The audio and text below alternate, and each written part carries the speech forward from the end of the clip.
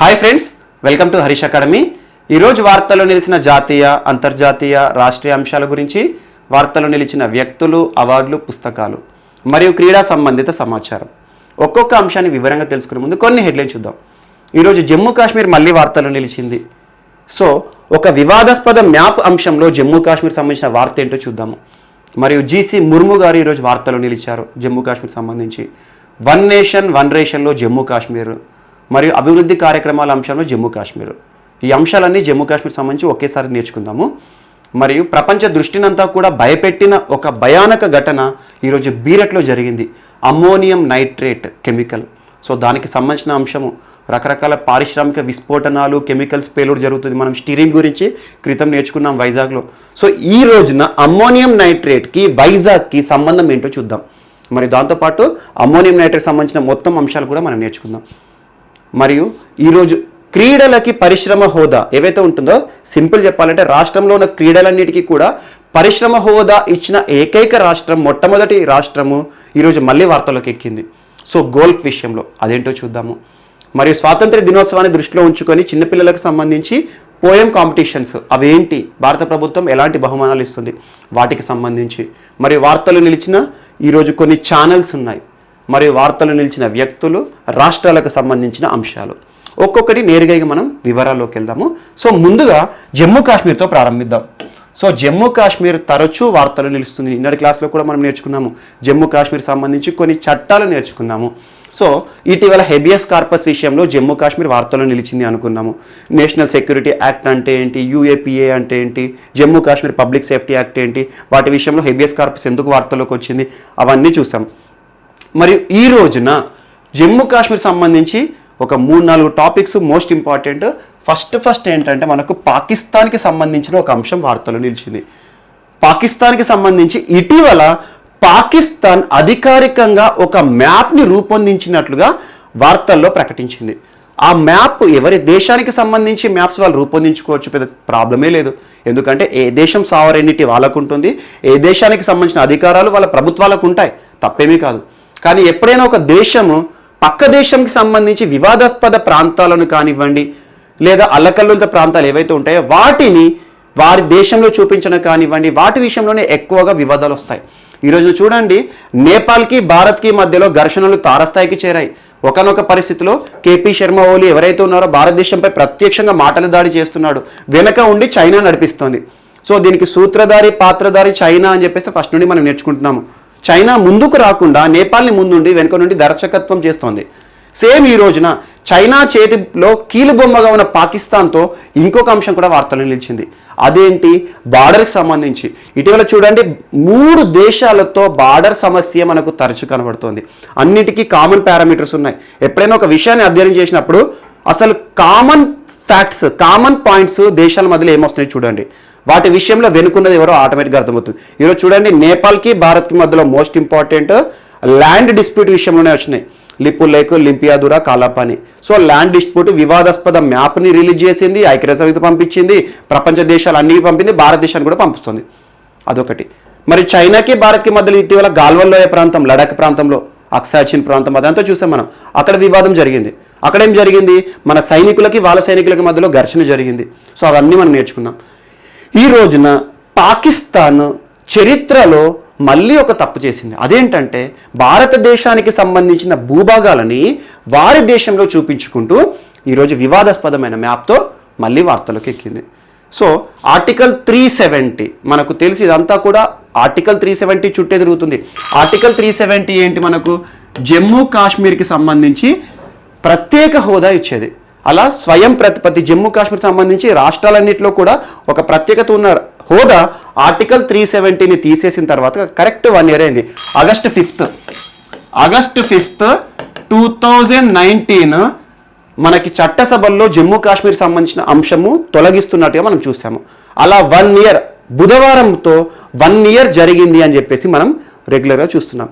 అలాంటి 1 yearని దృష్టిలో ఉంచుకొని ఈ రోజున జమ్మూ కాశ్మీర్ ప్రాంతాలను అన్నిటినీ కూడా ఇప్పటివరకు చూడండి, జమ్మూ కాశ్మీర్లో ఏదైతే ఉంటుందో మనకు మ్యాప్ మొత్తంలో కూడా జమ్మూ కాశ్మీర్ మనం చూపించుకుంటాం ఇండియా మ్యాప్లో. కానీ వాస్తవానికి ఇదంతా కూడా జమ్మూ కాశ్మీర్ సంస్థానం అంతా కూడా చరిత్రలో మన భారతదేశంలో కలిసింది ఇండియన్ యూనియన్లో. రాజా హరి సింగ్ అవన్నీ కూడా మీకు చరిత్రలో ఉంటాయి. సో అయినా కూడా పాకిస్తాన్ కొంత ప్రాంతాన్ని పీఓకేగా, పాక్ ఆక్యుపైడ్ కాశ్మీర్గా వారి దగ్గరే ఉంచుకుంది. దానికి సంబంధించి 1965 ఏంటి, వివాదాస్పద లాల్ బహదూర్ శాస్త్రి గారి మరణము, mysterious death of prime minister, ఇవన్నీ చూడండి అక్కడ లింక్స్ ఉంటాయి. సో అలాంటి పీఓకేని మన భారతదేశందే పాకిస్తాన్ దగ్గర ఆక్రమితం చేసుకుంది. సో పాక్ ఆక్రమిత గిల్గిట్ బాల్టిస్తాన్, ఈ గిల్గిట్ బాల్టిస్తాన్ని ఫస్ట్ నుండి కూడా పాకిస్తాన్ వాళ్ళ మ్యాప్లో చూపించుకుంటుంది. సో వాళ్ళ మ్యాప్లో చూపించుకుంటాము, మనదే కాబట్టి మనం మ్యాప్లో చూపించుకుంటాము. ఇటీవల ఆ ప్రాంతంలో ఎన్నికలు నిర్వహిస్తామని చెప్పేసి పాకిస్తాన్ వివాదాస్పదంగా ఆగస్టు 18 నుండి ఎన్నికలు కూడా నిర్వహిస్తామని చెప్పింది. సో అవన్నీ వివాదాస్పదాలే. కానీ ఈ రోజున ఇంకొక అడుగు ముందుకేసి ఏం చేసిందంటే, ఈ పాక్ ఆక్యుపైడ్ కాశ్మీరే కాకుండా జమ్మూ కాశ్మీర్, లడక్ ప్రాంతాలు, సర్క్రీక్ ప్రాంతాలు మరియు గుజరాత్లోని గిర్నార్ ప్రాంతాలు, అవన్నిటినీ కూడా వారి మ్యాప్లో చూపించుకుంటూ ఇంకొక అడుగు ముందుకే. చూడండి, జమ్మూ కాశ్మీర్ మొత్తాన్ని పాకిస్తాన్లో చూపించింది. ఒకప్పుడు జమ్మూ కాశ్మీర్ స్టేట్ ఏదైతే ఉందో ఆ స్టేట్ మొత్తం, అంటే ఇప్పుడు లడక్, జమ్మూ కాశ్మీర్, పీఓకే 3 కూడా వాళ్ళ ప్రాంతానికి చూపించుకుంది. అంటే మన భారతదేశం కాదని. ఒక దిక్కు వాళ్ళ మ్యాప్లో చూపించుకుంటున్నారు. చైనా భారతదేశానికి సంబంధించి అరుణాచల్ ప్రదేశ్ని వాళ్ళ ప్రాంతాల్లో చూపించుకుంటుంది. నేపాల్ భారతదేశంలోని ఉత్తరాఖండ్ రాష్ట్రంలో ఉన్న 3 ప్రాంతాలు వాళ్ళ ప్రాంతాలు చూపించుకుంటుంది. సో ఇలా సరిహద్దు వివాదాలు ఖచ్చితంగా రానున్న మెయిన్స్ ఎగ్జామ్లో కానివ్వండి, ప్రిలిమ్స్ ఎగ్జామ్లో వివాదాస్పదమవుతున్న ప్రాంతాల గురించి ఖచ్చితంగా చూడండి, అనలైజ్ చేయండి. కామన్ పాయింట్ ఎక్కడో ఒక దగ్గర ఉంటుంది, అదన్నీ కూడా లింక్ చేయండి. ఓకే, సో ఈ రోజున జమ్మూ కాశ్మీర్కి సంబంధించి భారతదేశంలోని సర్క్రీక్ ప్రాంతమే కానివ్వండి, లడక్, జమ్మూ కాశ్మీర్ ప్రాంతము, పీఓకే మరియు గుజరాత్లోని గిర్నార్ లేదా జునాగఢ్ అంటాం. మనకు తెలుసు మొట్టమొదటి శాసనం అని, రుద్రదమన అని చెప్పేసి నేర్చుకుంటాం. సో జునాగఢ్ని కూడా వాళ్ళ ప్రాంతాలు చూపించుకుంటూ ఒక వివాదాస్పద మ్యాప్కి తెరతీసింది. మళ్ళీ దీనిపైన ఏం అంశాలు జరుగుతాయి, మరియు రానున్న పీఓకేలో, పాక్ ఆక్యుపైడ్ కాశ్మీర్లో ఆగస్టు నెలలో ఎన్నికలు నిర్వహిస్తానంటోంది పాకిస్తాన్ అని మనం నెల కింద నేర్చుకున్నాం, ఆగస్టు 18 మరి దానికి సంబంధించి వివాదం ఏంటి, ఇవన్నీ కూడా ఇప్పుడు చూడాలి, ఏం జరగబోతుందో చూడాలి. సో అదొకటి మోస్ట్ ఇంపార్టెంట్. అండ్ ఇంకొకటి, ఈ పరిస్థితి ఇలా ఉంటే ఈరోజు జమ్మూ కాశ్మీర్ సంబంధించి రెండవ అంశం, మనం ఇటీవల కాలంలో జీసీ ముర్ము గారి గురించి రెగ్యులర్గా నేర్చుకుంటున్నాం. జీసీ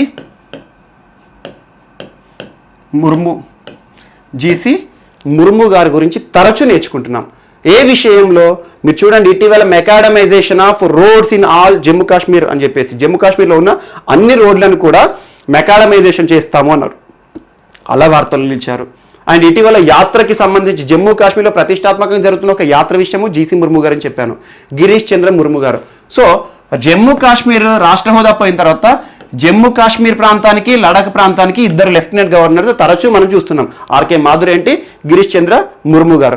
సో ఈరోజు గిరీష్ చంద్ర ముర్ము గారు వార్తలు ఎందుకు నిలిచారంటే, ఒక కీలకమైన అంశాలు యాక్చువల్ అధికారికంగా ఇంకా ఇప్పటివరకు ఈ క్లాస్ చెప్పుకునే వరకైతే మనకు అధికారికమైన సమాచారం లేదు. సో జీసీ ముర్ము గారిని నెక్స్ట్ కాగ్గా భారత ప్రభుత్వం నియమిస్తోంది, CAG, controller and auditor general.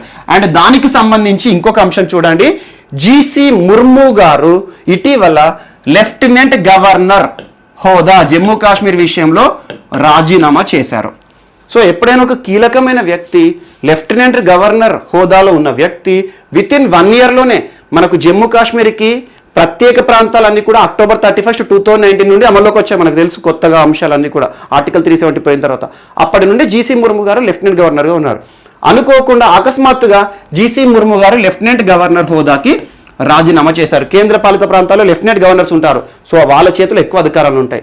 So అలా లెఫ్టినెంట్ గవర్నర్ హోదాకి రాజీనామా చేయడం, వెంటనే రాష్ట్రపతి గారు ఆమోదించడం, అతని ప్లేస్లో మనోజ్ సిన్హా గారిని నియమించడం. మనోజ్ సిన్హా గారిని లెఫ్టినెంట్ గవర్నర్గా నియమించడం జరిగింది. సో మనోజ్ సిన్హా ఎవరు, అంతకుముందు ఎన్డీఏ గవర్నమెంట్లో మంత్రిగా కూడా పనిచేశారు, ఇందాక మీకు చూపించాను ఇమేజ్. సో తనే, సో మనోజ్ సిన్హా లెఫ్టినెంట్ గవర్నర్గా జమ్మూ కాశ్మీర్కి ఈ రోజున నియమితులు అవ్వడం జరిగింది. సో అలాంటి మనోజ్ సిన్హా లెఫ్టినెంట్ గవర్నర్గా నియమితులు అయిన తర్వాత అక్కడ ఉన్న లెఫ్టినెంట్ గవర్నర్ ఎవరు, గిరీష్ చంద్ర ముర్ము. ఇతడిని ప్రస్తుతం భారతదేశంలో కాగ్గా నియమించే అంశాలు ఉన్నాయి అని కీలకమైన వార్త బయటికి వస్తుంది. సో పిఎం ఆఫీస్ నుండి కానివ్వండి, రాష్ట్రపతి ఆఫీస్ నుండి బయటికి రావాలి. ఎందుకంటే భారతదేశంలో కాగ్ అనే ఒక కీలకమైన రాజ్యాంగబద్ధ పదవి ఉంటుంది. కాగ్ ఆర్టికల్ 148 నుండి ఆర్టికల్ 151 వరకు కాగ్కి సంబంధించిన పూర్తి అంశాలు ఉంటాయి. సో మోస్ట్ ఇంపార్టెంట్ భారతదేశంలో ఆర్టికల్ 148 కాగ్ గురించి చెప్తుంది. Controller and auditor general, controller and auditor general of India. Controller and auditor general అనే పదవిని మనం బ్రిటన్ రాజ్యాంగం తీసుకున్నాం. మన రాజ్యాంగంలో కొన్ని అంశాలు కీలకమైన దేశాల నుండి తీసుకున్నాం. సోర్సెస్ ఆఫ్ ఇండియన్ కాన్స్టిట్యూషన్ అని మీరు నేర్చుకుని ఉంటారు. సో బ్రిటన్ నుండి తీసుకున్న అధికారము కంట్రోలర్ అండ్ ఆడిటర్ జనరల్. బ్రిటన్లో వీళ్ళకి చాలా అధికారం ఉంటాయి, కానీ భారతదేశంలో పేరుకి రాజ్యాంగబద్ధ పదవి అయినా కూడా అంశాల విషయంలో, అధికారాల విషయంలో ఆడిటింగ్ చేస్తారు, కానీ ప్రభుత్వాన్ని ప్రశ్నించి ప్రభుత్వాన్ని దించే అధికారం కాకుండదు. అందుకే వీరిని భారతదేశంలో ఏమంటారంటే అరిచే కుక్క అని, లేకపోతే watch dog of Indian constitution, watch dog of Indian constitution అంటారు. అంటే రాజ్యాంగాన్ని చూస్తుంది, అంతే. రాజ్యాంగబద్ధమైన పదవులు ఎవరైతే ఉంటారో వాళ్ళను చూస్తుంది మాత్రం, అంతేకాని ఎట్టి పరిస్థితిలో ఉన్న ప్రశ్నించే అధికారం కానీ వాళ్ళ ప్రభుత్వాలను దించే అధికారం కానీ కాకుండదని. అదే బ్రిటన్లో కాగ్కి ఎంత పెద్ద అధికారం ఉంటుంది అంటే ప్రభుత్వాన్ని ప్రశ్నిస్తుంది, అవసరమైతే ప్రభుత్వాన్ని పక్కన పెట్టేస్తుంది. సో అలాంటి కాగ్ ఈరోజు రాజీవ్ మహర్షి గారు ఉన్నారు భారతదేశంలో. రాజీవ్ మహర్షి గారి స్థానంలో కాగ్గా ఇప్పుడు జీసీ ముర్ము గారు నియమితులయ్యే అవకాశాలు ఉన్నాయి. సో కాగ్గా రాజీవ్ మహర్షి గారి పదవీ కాలం అనేది ముగిసింది కాబట్టి అతని స్థానంలో కాగ్గా జీసీ ముర్ము గారు రానున్నాడు. అతను 6 సంవత్సరాలు లేదా 65 సంవత్సరాలు. కాగ్ యొక్క పదవీ కాలం ఏంటంటే 6 or 65 years. కాగ్ని నియమించే అధికారం భారతదేశంలో రాష్ట్రపతికి ఉంటుంది. సో అలా ప్రభుత్వానికి దేశం అంతా ఒకరే కాగుంటారు. కేంద్ర ప్రభుత్వానికి ఒకరు, రాష్ట్ర ప్రభుత్వానికి ఒకరు ఉండరు. దేశమంతా కూడా ప్రభుత్వ పరంగా ఎలాంటి అంశాలు ఎంతెంత ఖర్చు పెడుతుంది ప్రభుత్వము, వాటిని అన్నిటిని కూడా ఆడిట్ చేస్తాడు. ఆడిటింగ్ అధికారి అన్నట్టు. అంతకుముందు 1976 వరకు అకౌంటింగ్ కూడా ఇతని ప్లేస్లోనే ఉండేది, ఇతని స్థానంలోనే ఉండేది. కానీ అకౌంటింగ్ని వేరీ చేస్తారు, ఓన్లీ ఆడిటింగ్ అధికారులు మాత్రం ఇచ్చారు. సో అలాంటి ఆడిటర్ జనరల్ ఆఫ్ ఇండియా అని ప్రస్తుతం రాజీవ్ మహర్షి ఉన్నారు. అతని స్థానంలో నెక్స్ట్ కాగ్ జీసీ ముర్ము గారు రాబోతున్నారు. సో అలాంటి కాగ్ని నియమించే అధికారం భారతదేశంలో రాష్ట్రపతికి ఉంటుంది. కాగ్ తన నివేదికను రాష్ట్రాలపైన కానివ్వండి, కేంద్ర ప్రభుత్వం పైన కానివ్వండి, ప్రభుత్వం పెట్టే ఖర్చులు ఏవైతే ఉన్నాయో వాటిని ఆడిట్ చేసి ఆ రిపోర్ట్ని రాష్ట్రపతికి నివేదికని ఇస్తుంది ఆర్టికల్ 151 ఆధారంగా. సో ఇదంతా మీరు రాజ్యాంగంలో నేర్చుకోండి. సో కొత్త కాగ్గా జీసీ ముర్ము గారు వచ్చే అవకాశాలు ఉన్నాయి. అదొకటి మోస్ట్ ఇంపార్టెంట్. అండ్ నెక్స్ట్, ఈ రోజున జమ్మూ కాశ్మీర్కి సంబంధించి పర్యాటక రంగంగా కానివ్వండి, జమ్మూ కాశ్మీర్ స్వతంత్ర హోదా పోయిన తర్వాత జమ్మూ కాశ్మీర్ ప్రాంతంలో కేంద్ర ప్రభుత్వం జమ్మూ మరియు లడఖ్ ఈ 2 ప్రాంతాల్లో కూడా కొన్ని అభివృద్ధి కార్యక్రమాలను చేపడుతోంది. అక్కడ కేంద్ర ప్రభుత్వ సంస్థలు ఏర్పాటు చేస్తామనింది, మరి దాంతోపాటు పరిశ్రమలు ఏర్పాటు చేస్తోంది. And most important, Jammu Kashmir స్వర్గం ఏ విషయంలో, పర్యాటకులను విషయంలో. పర్యాటకులు ఎక్కువ కూడా అంతకుముందు ఆర్టికల్ 370 ఉండేటప్పుడు పర్యాటకుల విషయంలో కూడా కొన్ని ఆంక్షలు ఉండేవి. ఈరోజు కేంద్ర ప్రభుత్వం చేతిలోకి వచ్చింది కాబట్టి పర్యాటక పరంగా కూడా అత్యంత అద్భుతంగా జమ్మూ కాశ్మీర్ని తీర్చిదిద్దాలి అని చెప్పేసి జమ్మూ కాశ్మీర్లో ఈరోజు అభివృద్ధి కార్యక్రమాలని అన్నీ కూడా భారత ప్రభుత్వం చేస్తోంది. ఎందుకంటే కేంద్రపాలిత ప్రాంతంగా ఉంది. అందుకోసం నిధులను కేటాయించడం, అభివృద్ధి కార్యక్రమాలను స్వయంగా పరిశీలించడం, ఇవన్నీ కూడా కేంద్ర ప్రభుత్వం చేస్తుంది. And next, so Jammu Kashmir ఇంకొక అంశం ఏంటంటే ఈ రోజున 1 నేషన్ 1 రేషన్ కార్డులో జమ్మూ కాశ్మీర్ చేరింది. జమ్మూ కాశ్మీర్ 1 నేషన్ 1 రేషన్ అంటే ఏంది?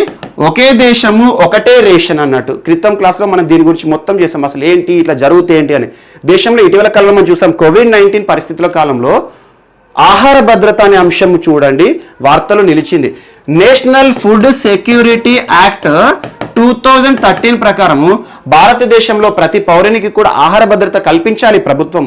అందుకోసం చూడండి, పేదవారు ఎవరైతే ఉంటారో బిలో పావర్టీ లైన్ వారికి అన్న యోజన పథకాలు కానివ్వండి, నెల నెల PDS పబ్లిక్ డిస్ట్రిబ్యూషన్ సిస్టమ్ ద్వారా ఆహార పదార్థాలు, పప్పులు కానివ్వండి, గోధుమలు కానివ్వండి, బియ్యం కానివ్వండి, చక్కెర కానివ్వండి, ఇలాంటి నిత్యావసరాలను ప్రభుత్వమే రేషన్ దుకాణాలు చేస్తుంది. అలా ఏ రాష్ట్ర ప్రభుత్వం ఆ రాష్ట్రం చేస్తుంది. కానీ 1 నేషన్ 1 రేషన్ కింద ఏమవుతుంది, ఇటీవల వలస కార్మికులు ఎవరైతే ఉన్నారో వారి విషయంలో ఈ టాపిక్ ఎక్కువ హైలైట్ అయింది. ఎందుకంటే వలస కార్మికులు ఒక రాష్ట్రంలో కాకుండా వేరే రాష్ట్రంలోకి వచ్చేసి వలస వచ్చి పనిచేస్తున్నారు. సో అలా రాష్ట్ర ప్రభుత్వాల నుండి వారికి సదుపాయాలు దక్కట్లేదు.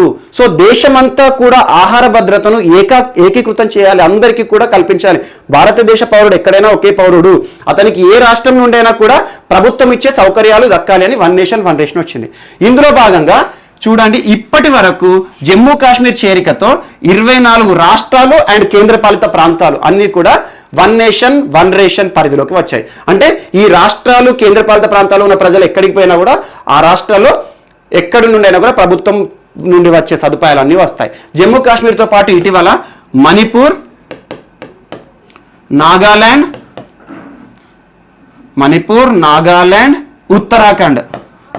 ఉత్తరాఖండ్ సో 4 రాష్ట్రాలు, జమ్మూ కాశ్మీర్, మణిపూర్, నాగాలాండ్, ఉత్తరాఖండ్, ఇది కూడా 4 రాష్ట్రాలు కూడా చేరడంతో వన్ నేషన్ వన్ రేషన్ సంఖ్య 24 రాష్ట్రాలు చేరింది. అండ్ మార్చ్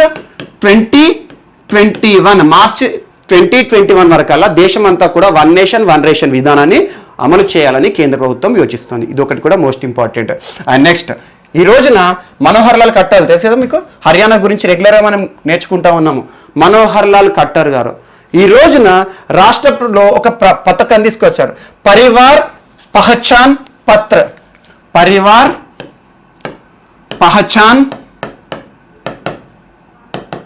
పత్ర అని చెప్పేసి సింపుల్గా మన దగ్గర రేషన్ ఏదైతే ఉంటుందో, రేషన్ కార్డు అనేది కదా, రేషన్ కార్డు ఏదైతే ఉంటుందో రేషన్ కార్డులో అందరి పేర్లు ఉంటాయి. ఇంట్లో ఎవరెవరైతే ఉంటారో వారికి తగ్గట్టు ఒక్కొక్కరికి ఎంతెంత వస్తాయో అవసరాలు, నిత్యావసరాలు ప్రభుత్వం ఇస్తుంది.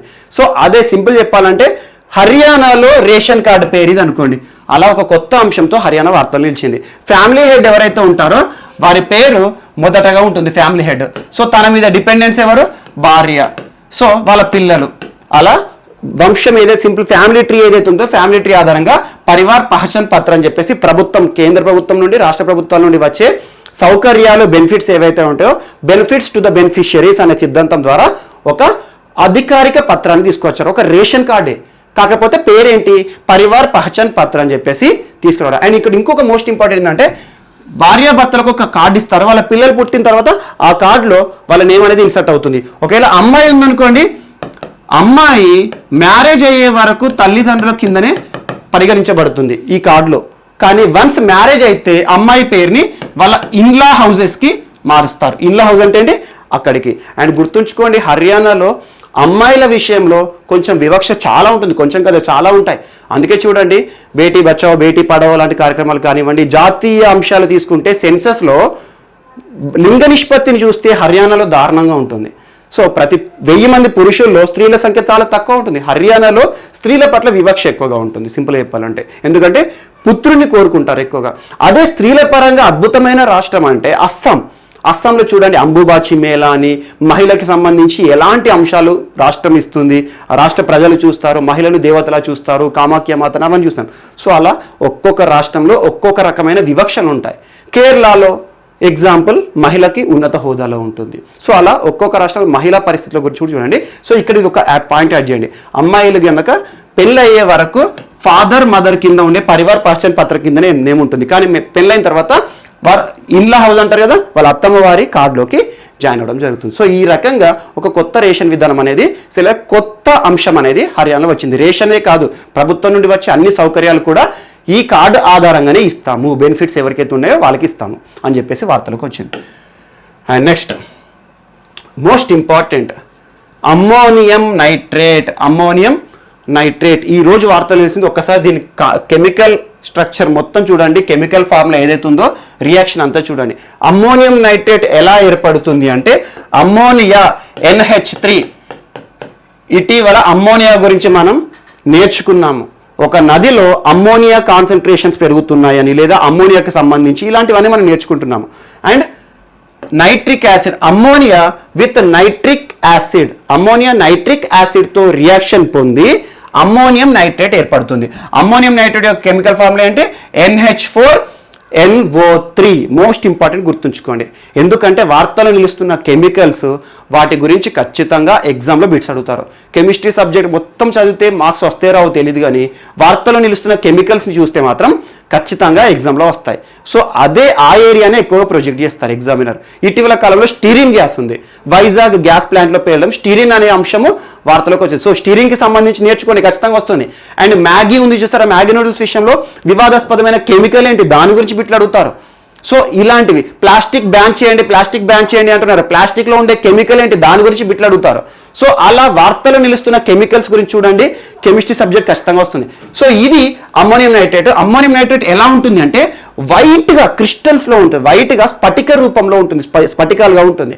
సో అలా ఇది అమ్మోనియం, చాలా డేంజరస్ అమ్మోనియం. ఒక్కటి గుర్తుంచుకోండి, ఈ రోజున అమ్మోనియం ఎందుకు వార్తలు నిలిచింది ఇది చూడండి. సో తీసేస్తున్నాను. ఈ రోజు అమ్మోనియం ఎందుకు వార్తలు నిలిచింది అంటే అమ్మోనియం నైట్రేట్ ఒక పేలుడు సంభవించింది. ఎక్కడ పేలుడు సంభవించింది అంటే చూడండి, మనకి సిరియా జోర్డాన్ పక్కన లెబనాన్ ఉంటుంది, లెబనాన్ దేశం. సో లెబనాన్లో బీరట్ అనే ప్రాంతాన్ని ఇక్కడ హైలైట్ చేశాను చూడండి, బీరట్. సో లెబనాన్లోని బీరట్లో అమ్మోనియం నైట్రేట్ పేలుడు జరిగింది. ఆ పేలుడు జరిగే వరకు ఒక 100 మంది డెడ్ బాడీస్ ఏవైతే ఉన్నాయో వారి అందరు కూడా కాలు ఒక సైడు, చెయ్యి ఒక సైడు, మొత్తం ముద్దలుగా మాంసం ముద్దలుగా మీరు యూట్యూబ్లో కొట్టండి దొరుకుతుంది. అండ్ దాంతోపాటు కొన్ని వేల మంది క్షతగాత్రులు అయిపోయారు ఆ కెమికల్ బారిన పడి, పేలుల్లో దెబ్బలు తాకి, కాలు ఇరిగి, చేతులు ఇరిగి, అలాంటి వాళ్ళు. సో అలా ఒక భారీ విస్ఫోటనం దేని కారణంగా, అమ్మోనియం నైట్రేట్ కారణంగా మనకి లెబనాన్లో చోటు చేసుకుంది. లెబనాన్లోని బీరట్ ప్రాంతం. సో ఇది మ్యాప్ పాయింటింగ్. ఎందుకంటే మ్యాప్స్ ఎందుకు చెప్తున్నా అంటే ఇప్పుడు చూడండి, దీనికి దగ్గరగా ఉన్న దేశాలు తెలుస్తాయి మీకు, సైప్రస్ కానివ్వండి, టర్కీ కానివ్వండి. సో ఇవన్నీ కూడా మెడిటేరియన్ సీ దగ్గర ఉంటుంది సింపుల్గా. అంటే ఇప్పుడు మీకు ఇది ఎందుకు లింక్ చేస్తున్నా అంటే బీరట్ మెడిటేరియన్ సీ కోస్ట్ ప్రాంతం. సో ఈ దేశ రాజధాని సింపుల్గా చెప్పాలంటే. సో అలా బీరట్లో షిప్ యార్డ్ ఏదైతే ఉంటుందో, షిప్ యార్డ్ పరిధిలో, షిప్ యార్డ్ ఎందుకంటున్నాను, ఇది సముద్ర పరివాహిక ప్రాంతం. షిప్ యార్డ్లో ఈ పేలుడు జరగడం ద్వారా ఒకేసారి దేశం అంతా కూడా వైబ్రేషన్స్ వచ్చినాయి, అంత భారీ పేలుడు. ఎందుకు మరి అమ్మోనియం నైట్రేట్ పేలుతుందా, ఏ రకంగా ఉంటుంది మనం చూద్దాము. సో ఈ రకంగా ఒక భారీ పేలుడు, ఇటీవల కెమికల్ పేలుడు అనేది ఎక్కడ జరిగింది అంటే షిప్ యార్డ్ బీరట్ ప్రాంతంలో పేలింది. ఆ బీరట్ ప్రాంతంలో అసలు అమ్మోనియం నైట్రేట్ ఎక్కడ వచ్చిందంటే 2013లో ఆ బీరట్ పోలీస్ అధికారులు, షిప్పింగ్ అధికారులు ఎవరైతే ఉంటారో నేవీ అధికారులు అక్రమంగా తరలిస్తున్న అమ్మోనియం నైట్రేట్ తీసుకొని ఒక ప్రాంతంలో షిప్ యార్డ్ పరిధిలో స్టోర్ చేశారు. సో స్టోర్ చేస్తున్న కెమికల్సే విస్ఫోటనాలకు ఎక్కువగా కారణాలు అవుతాయి. అండ్ కొన్ని పేలుడు పదార్థాలు, స్టీరిన్ చూడండి, స్టీరిన్ పేలిపోతుంది, కాకపోతే వాయువు ఏదైతే ఉంటుందో పీల్చుకుంటూ చచ్చిపోతారు. ఇటీవల వైజాగ్ గ్యాస్ లీక్ మీరు చూశారు. సో అలా ఎన్జిటి రియాక్ట్ అయింది. సో అలా ఈ రోజున అమ్మోనియం నైట్రేట్ ఈ పేలుడు ద్వారా భారతదేశ ప్రధానమంత్రి నరేంద్ర మోడీ గారు కూడా ప్రగాఢ సానుభూతిని వ్యక్తం చేశారు. బీరట్లో పేలుడు పదార్థం అమ్మోనియం నైట్రేట్ వల్ల ఆ చనిపోయిన ఆత్మలన్నీ శాంతించాలని, ఇలాంటివి మళ్ళీ చరిత్రలో జరగకూడదు, ఏ దేశంలో కూడా జరగకూడదు అని చెప్పేసి ఒక మెసేజ్ కూడా ఇచ్చారు. సో ప్రధానమంత్రి గారు కానివ్వండి, రాష్ట్రపతి గారు కానివ్వండి, ఇచ్చే సందేశాలు ఏదైనా దేశంలో ఉంటే ఆ దేశం గురించి స్పెషల్ కాన్సన్ట్రేట్ చేయండి. అండ్ ఇది most important, disaster management important ఇది. సో కెమికల్ పేలుళ్ళు, సో అది ఈ రకంగా వార్తలు ఇచ్చింది. ఇప్పుడు దీనికి ఇదే నేను చెప్పిన షిప్ యార్డ్ పేలుడు అనేది ఎంత దారుణంగా చుట్టుప్రక్కల ప్రాంతాలన్నీ కూడా కనబడకుండా, ఆనవాళ్ళు కూడా కనబడకుండా పోయాయి. సో ఈ రోజున ఇక మరి అమ్మోనియం నైట్రేట్ పేలుడు విషయంలో ప్రపంచంలో లెబనాన్లోని బీరట్ ప్రాంతంలో చూసాం మనం. మరి భారతదేశం అలర్ట్ అవ్వాలి. ఇలాంటి కెమికల్ మన భారతదేశంలో కూడా ఎక్కడైనా వాడుతారా, వాడితే ఎందుకు వాడతారు, ఇలాంటి అంశాల చుట్టియే ఎగ్జామ్లో పెడతారు. సో అది వైట్ కలర్ ఉంటుందని కదా, స్ఫటిక రూపంలో ఉంటుంది. సో అమ్మోనియం నైట్రేట్ భారీ విస్ఫోటన పదార్థం, కెమికల్, ఒక బ్లాస్టింగ్ ఏజెంట్. అది ఎక్కడ వాడతారంటే ఎరువుల తయారీలో వాడతారు, ఎరువుల తయారీలో మరియు అనస్థెటిక్స్లో వాడతారు. అనస్థెటిక్స్ అంటే మత్తు మందు అంటారు కదా, మత్తు మందు డాక్టర్స్ తెలిసింది. సో మత్తు మందులో వాడతారు. సో అలా మనకు అమ్మోనియం నైట్రేట్ అనేది ఈ రోజున వార్తలో నిలిచింది. దానికి సంబంధించి అంటే భారతదేశంలో అమ్మోనియం నైట్రేట్ దిగుమతి చేసుకునే ఏకైక ప్రాంతం ఎక్కడ అంటే ప్రస్తుతం ఇందాక మనం చెప్పుకున్న పేలుడు స్టీరిన్ అని చెప్పాను కదా, వైజాగ్ నుండి భారతదేశంలోకి అమ్మోనియం దిగుమతి జరుగుతుంది. కొంతమంది అక్రమంగా కూడా దిగుమతి చేస్తారు. వైజాగ్ నుండి మాత్రమే భారతదేశంలో అమ్మోనియం ఎగుమతి దేశాల నుండి మన దేశంలోకి దిగుమతి అవుతుంది. అలా సంవత్సరానికి 2.5 lakh టన్స్ అమ్మోనియం మన భారతదేశ అవసరాల కోసం వస్తుంది. ఎందుకంటే ఎరువుల తయారీలో కానివ్వండి, పెస్టులలో కానివ్వండి, ఇలా పంటలో వ్యవసాయం కోసం వాడతారు అమ్మోనియం చూస్తాం కదా, అలా వాడతారు. అండ్ అనెస్థెటిక్స్లో వాడతారు. సో ఈ అమ్మోనియం ఎందుకు పేలుతుంది అంటే దీనికి ప్రికాషన్స్ అవసరం. అమ్మోనియాలో ఇందాక నేను చూపించాను కదా, ఈ స్ఫటిక ఏదైతే ఉంటుందో ఇవి తేమ, గాల్లో ఉండే తేమను ఆకర్షించినప్పుడు తేమ ఈ స్ఫటికలోకి చేరి అవి ఉబ్బుతాయి. సింపుల్ చెప్పాలంటే సైజ్ అనేది బల్జీ అవుతాయి. కెమికల్స్ అన్నీ కూడా ఆటోమేటిక్గా బల్జీ అయ్యేసి ఒకసారి బ్లాస్ట్ జరుగుతుంది. అండ్ ఇంకొకటి ఏంటంటే డిటోనేషన్ ప్రక్రియ ద్వారా కూడా పేలుతాయి. డిటోనేషన్ అంటే ఏంటి? ఎగ్జాంపుల్, వేరే ఏదైనా పేలుడు పదార్థం ఉందనుకోండి, ఎగ్జాంపుల్ దీపావళి టపాసులు కానివ్వండి, టపాసులు పేలినప్పుడు వాటి నుండి వచ్చే శక్తి ఏదైతే ఉంటుందో ఆ పక్కన ప్రాంతాలు ఇది ఉందనుకోండి, ఆ శక్తిని ఇది స్వీకరిస్తుంది, దానికంటే ఎక్కువ ఇది పేలుతుంది. సో అలా ఒక పేలుడు పదార్థం నుండి వచ్చిన ఇంకొక పేలుడు పదార్థం ద్వారా కూడా ఇది పేలడం అనేది కూడా ఉంటుంది. సో ఈ రకంగా అమ్మోనియం నైట్రేట్ అనేది. అండ్ అమ్మోనియం నైట్రేట్ సంబంధించి హ్యాండ్లింగ్ విషయంలో భారత ప్రభుత్వము 1961 పారిశ్రామిక అభివృద్ధి నియంత్రణ కింద అమ్మోనియం పైన కొన్ని ఆంక్షలు వేస్తుంది. ఏ రకంగా ఒక ప్రాంతం నుండి ఒక ప్రాంతానికి సరఫరా చేయొచ్చు, ఏ రకంగా దీన్ని హ్యాండ్లింగ్ చేయాలి అని చెప్పేసి. ఎందుకంటే దీన్ని బ్యాన్ చేయదు, ఎందుకంటే మన అవసరాలు ఉన్నాయి. సో ఈ రకంగా అమ్మోనియం అనేది రెగ్యులర్గా మనం ఈ రోజు నుండి ఖచ్చితంగా చూస్తాం. సో అమ్మోనియం మన రానున్న ఎగ్జామ్లో అమ్మోనియం నైట్రేట్ సంబంధించిన బిట్ అనేది ఖచ్చితంగా అడుగుతారు. అమ్మోనియం నైట్రేట్ ఎలా ఏర్పడుతుంది, దాని యొక్క కెమికల్ ఏంటి, ఇదంతా కూడా చూసుకోండి. సో ఈరోజు బీరట్ అనేది వార్తలో నిలిచింది. లెబనాన్లో ఒక పేలుడు జరిగింది. అలా ప్రపంచ దేశాలన్నీ అలర్ట్ కావాలి అమ్మోనియం నైట్రేట్ వాడి. ఎందుకంటే అలాంటి పేలుడు ఇప్పుడు అక్కడ జరిగింది, కొన్ని వేల మంది క్షతగాత్రులు ఉన్నారు. అలాంటిది భారత్లోనే జరగవచ్చు, ఎక్కడైనా జరగవచ్చు. సో అలర్ట్గా ఉండాలి. సో ఇదొకటి కూడా most important. And next, so ఇందాక ఇక్కడ ఒక టాపిక్ మీకు మిస్ చేశాను. అదేంటంటే ఇటీవల సుప్రీంకోర్టు COVID-19 పరిస్థితుల కాలంలో ఓల్డ్ ఏజ్ సీనియర్ సిటిజన్స్ విషయంలో ప్రత్యేక శ్రద్ధ చూపండి అని చెప్పేసి రాష్ట్రాలకు కేంద్రానికి కొన్ని నిబంధనలు ఇచ్చింది. ఏంటి రూల్స్ అంటే, ఇప్పుడు ప్రస్తుతం ఉన్న COVID-19 కాలంలో సాధారణ వ్యక్తులు కూడా ఇబ్బంది పడుతున్నారు, ఆకలికి కానివ్వండి, ఆర్థిక పరంగా. ఇలాంటి పరిస్థితుల్లో ప్రభుత్వాలు ఎవరైనా జీతాలు తగ్గించడం అది మనం చూస్తాం, డిఫర్మెంట్ ఇన్ శాలరీస్ అవి. సో అలాంటి అంశాలు ఉన్నా కూడా ఓల్డ్ ఏజ్ 60 ఇయర్స్ కంటే ఎక్కువ వయసు ఉన్న వారికి ఎట్టి పరిస్థితుల్లో వారికి వచ్చే పెన్షన్లలో కోతలు పెట్టకండి. అండ్ ఇంకోటి ఏంటి, వీరికి సంబంధించి మానసిక అవగాహన పెంచండి. ఎందుకంటే ఇటీవల చూడండి, నీతి ఆయోగ్ కూడా ఒక కార్యక్రమం చేపట్టింది, అవగాహన కార్యక్రమం. సురక్షిత నానా నాని దాదా దాది అభి అని చెప్పేసి COVID-19 పరిస్థితుల కాలంలో వృద్ధులని టార్గెట్ చేస్తూ కొన్ని అవగాహన, మాస్క్ల యొక్క ఉపయోగం కానివ్వండి, బయటికి రాకుండా ఉండని, అత్యవసర పరిస్థితులు తప్పితే 60+ ఇయర్స్ వాళ్ళు బయటికి రాకండి అని చెప్పేసి సుప్రీంకోర్టు గైడ్లైన్స్ ఇచ్చింది. అండ్ ఇటీవల కాలంలో ఆంధ్రప్రదేశ్ గురించి కూడా నేర్చుకున్నాం. ఆంధ్రప్రదేశ్లో సీనియర్ సిటిజన్ని కంటికి రెప్పలా కాపాడుకుంటామని చెప్పేసి జగన్మోహన్ రెడ్డి గారి ప్రభుత్వము ఇటీవల కొన్ని గైడ్లైన్స్ ఇచ్చింది. సో వారికి ఏమేమి ఇస్తుంది అని అవన్నీ మనం నేర్చుకుంటున్నాం. సో అలా 60 ఇయర్స్ని దృష్టిలో ఉంచుకొని ఇటీవల సుప్రీంకోర్టు వారిని ఎట్టి పరిస్థితుల్లోనూ బయటికి COVID-19కి ఎక్స్పోజ్ అవ్వకుండా చూడండి, మానసిక స్థైర్యాన్ని నింపండి, ఆర్థిక పరమైన ఏమైనా ప్రభుత్వం నుండి వచ్చే సదుపాయాలు ఉంటే వాటిలో కోత విధించకండి, టైమ్లీ సప్లై ఆఫ్ ఫుడ్ని కూడా ఖచ్చితంగా వారికి ఎప్పటికప్పుడు ఇచ్చేలా చూడండి. అంటే ఆ ఏజ్లో ఏకాంతంగా ఉంటారు కాబట్టి వీరు సో లోన్లీగా ఫీల్ అవుతారు, వారికి కొంచెం మానసిక పరమైన ఏమైనా అంశాలు ఉన్నా కూడా రాష్ట్ర ప్రభుత్వాలు కార్యరూపాన్ని చేయండి అని చెప్పేసి ఇటీవల చెప్పడం జరిగింది. ఇదొకటి కూడా మనకి మోస్ట్ ఇంపార్టెంట్. అండ్ నెక్స్ట్, ఈరోజు union minister of state for tourism, state అంటే గుర్తుంచుకోండి సహాయ మంత్రి కింద వస్తుంది ఇక్కడ. సో భారతదేశంలో ఇతను సహాయ మంత్రే కావచ్చు, కానీ సహాయ మంత్రి అయినా కూడా స్వతంత్ర హోదాలో ఉంటారు. భారతదేశంలో క్యాబినెట్ మినిస్టర్స్ రకరకాలుగా ఉంటారు. కొంతమంది సహాయ హోదాలో ఉన్నాడు. ఎగ్జాంపుల్ పర్యాటక శాఖ మంత్రి వారు కానివ్వండి, పర్యాటక శాఖ మంత్రి ఇతను, పర్యావరణ శాఖనే కానివ్వండి. సో ఇలాంటి మినిస్టర్స్ సహాయ హోదాలో ఉంటారు, కానీ స్వతంత్రంగా వీరి పైన ఎవరు ఉండరు, ఎవరికి సహాయంగా ఉండరు. సో ఇండిపెండెంట్ హోదాలో ఉన్న మనకి ఈ రోజున union minister of state for tourism Shri Prahlad Singh Patel, ప్రస్తుతం ప్రహ్లాద్ సింగ్ పటేల్ గారు ఏ మంత్రిత్వ శాఖకి పరిధిలో ఉన్నారు అంటే సింపుల్గా union minister of state for tourism అనే అధికారం, అంటే పర్యాటక శాఖ, కేంద్ర పర్యాటక శాఖ మంత్రి ప్రహ్లాద్ సింగ్ పటేల్ గారు. ఈ రోజున ఎందుకు వార్తలు నిలిచారంటే తెన్జ్వాల్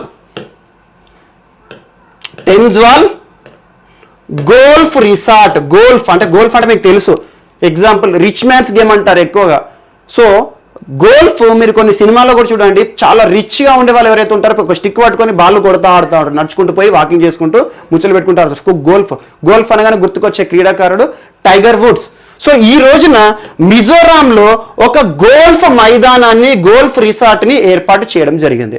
సో మిజోరాం మోస్ట్ ఇంపార్టెంట్. ఇటీవల మిజోరాం గురించి మనం నేర్చుకున్న వార్త మే మంత్లో ఏంటి అంటే క్రీడలకి పరిశ్రమ హోదా కల్పించిన మొట్టమొదటి భారతదేశ రాష్ట్రం. క్రీడా రంగంలో పెట్టుబడులు పెట్టాలి పరిశ్రమలాగానే, సో విదేశీ పెట్టుబడులైనా దేశ పెట్టుబడులైనా ఏవైనా కూడా క్రీడా రంగంలో ఆర్థిక పరంగా మనకి చేయూత దక్కితేనే క్రీడా రంగం కూడా అభివృద్ధి చెందుతుందని క్రీడలకి పరిశ్రమ హోదా ఇచ్చిన మిజోరాం రాష్ట్రంలో ఈరోజు తెన్జాల్ అంటారు లేదా సో మిజోరాంలో ఒక గోల్ఫ్ రిసార్ట్ అనేది ప్రారంభమైంది, గోల్ఫ్ క్రీడకి సంబంధించి అని చెప్పేసి నేర్చుకున్నాము.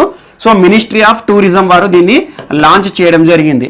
అలా మిజోరాం రాష్ట్రము మే నెలలో ఒకసారి మోస్ట్ ఇంపార్టెంట్ క్రీడలకు సంబంధించిన అంశంతో వార్తలు నిలిచింది.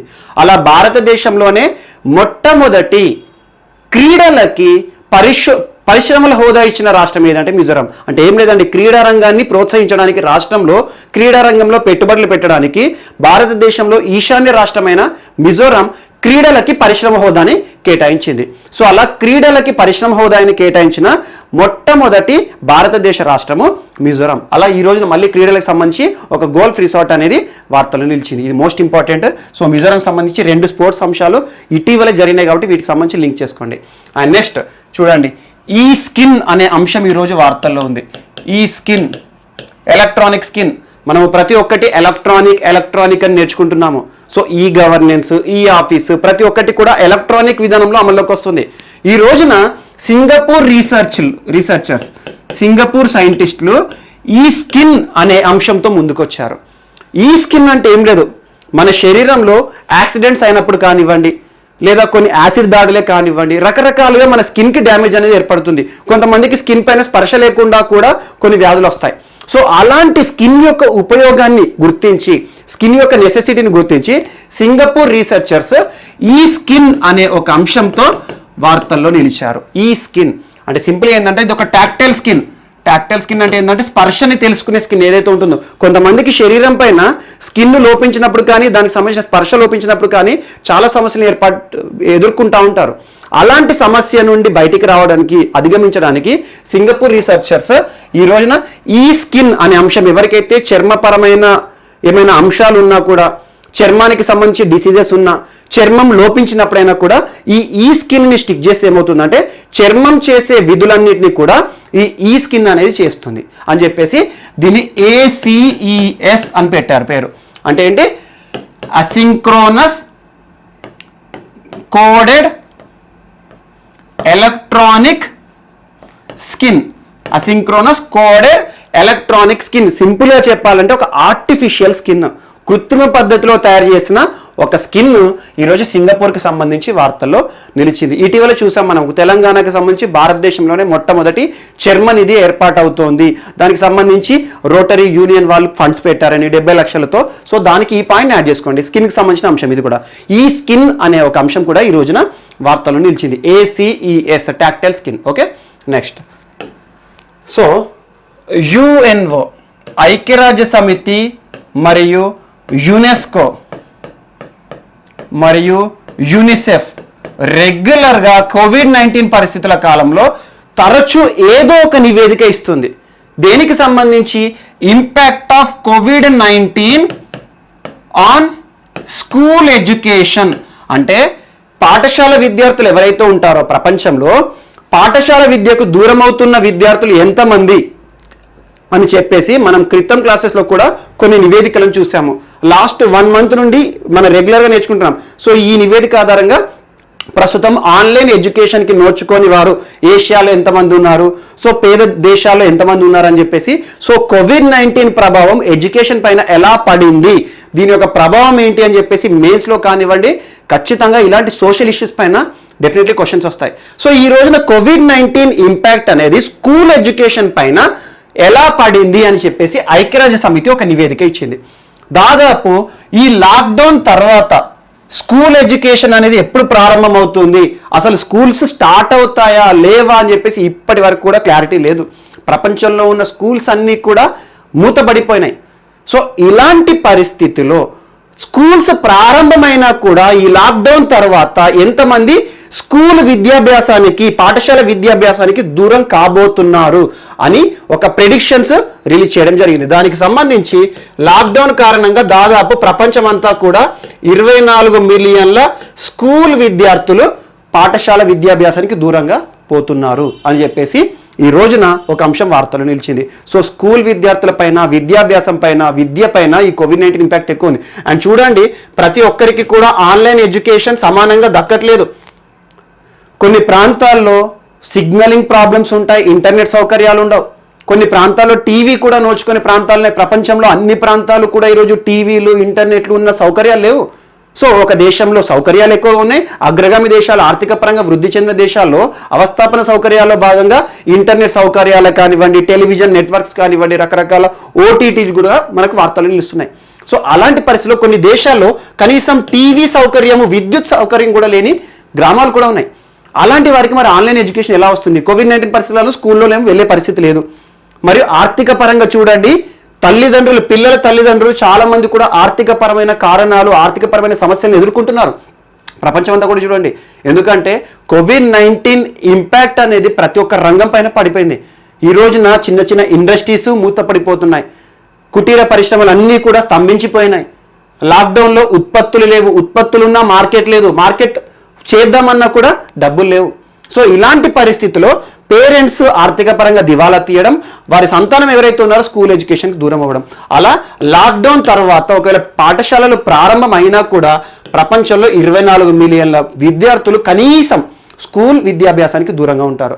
అండ్ మోస్ట్ ఇంపార్టెంట్, దాదాపు ఈ కోవిడ్-19 అనేది ప్రపంచంలోని 42 నుండి 66 మిలియన్ల విద్యార్థుల పైన ప్రత్యక్షంగానో పరోక్షంగానో ప్రభావం చూపింది ప్రపంచంలో. అండ్ వీటి యొక్క ఇంపాక్ట్ దాదాపు పేద దేశాలు ఏవైతే ఉంటాయో, పేద దేశాల్లో వీటి యొక్క ప్రభావం చాలా దారుణంగా ఉంది కోవిడ్-19 ఇంపాక్ట్. ఎందుకంటే పేద దేశాల్లో మళ్ళీ రీబూస్టింగ్, ఎకానమీని రీబూస్ట్ చేయలేదు. ఆత్మనిర్భర్ భారత్ అభియాన్ లాగా ప్రతి దేశం ఇవ్వలేదు. అమెరికా లాంటి దేశాలు, యూరో దేశాలు, మొన్న చెప్పాను యూరోజోన్ క్రైసిస్ రోజున యూరో దేశాలు కూడా ఈ రోజున కోవిడ్ రిలీఫ్ ఫండ్ అని ఏర్పాటు చేసుకున్నాయని. అలా ప్రతి దేశం కూడా ఏర్పాటు చేసుకోలేవు. హెలికాప్టర్ మనీలు ప్రతి దేశంలో అమల్లో ఉండవు. సో అలాంటి పరిస్థితుల్లో స్కూల్ ఎడ్యుకేషన్ పైన దారుణంగా ప్రభావం పడుతుంది. సో రేపటి తరం అనేది ఎడ్యుకేషన్కి దూరంగా ఉంటే అది ప్రపంచానికి కూడా చాలా ప్రమాదకరం. సో అదొకటి ఇంపార్టెంట్. అండ్ ఇంకొకటి దీనికి సంబంధించి పిసా అనే సంస్థ కూడా రెగ్యులర్గా వార్తలు నిలుస్తుంది. ప్రోగ్రామ్ ఫర్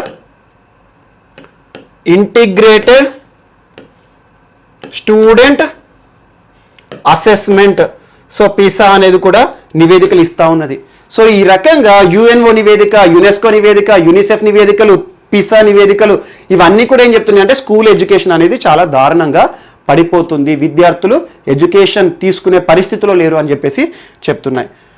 అండ్ నెక్స్ట్, ఇటీవల మనకి భారతదేశానికి సంబంధించి హయ్యర్ ఎడ్యుకేషన్ ఫైనాన్సింగ్ ఏజెన్సీ అనే ఒక సంస్థ వార్తలు నిలిచి, హయ్యర్ ఎడ్యుకేషన్ ఫైనాన్సింగ్ ఏజెన్సీ, దీని నుండి దాదాపు జేఎన్యు జవహర్ లాల్ నెహ్రూ యూనివర్సిటీకి ఇటీవల కొన్ని నిధులను రిలీజ్ చేసినట్టుగా హయ్యర్ ఎడ్యుకేషన్ ఫండ్ ఏజెన్సీ ఏదైతే ఉందో ఫైనాన్సింగ్ ఏజెన్సీ ఇటీవల వార్తలు నిలిచింది.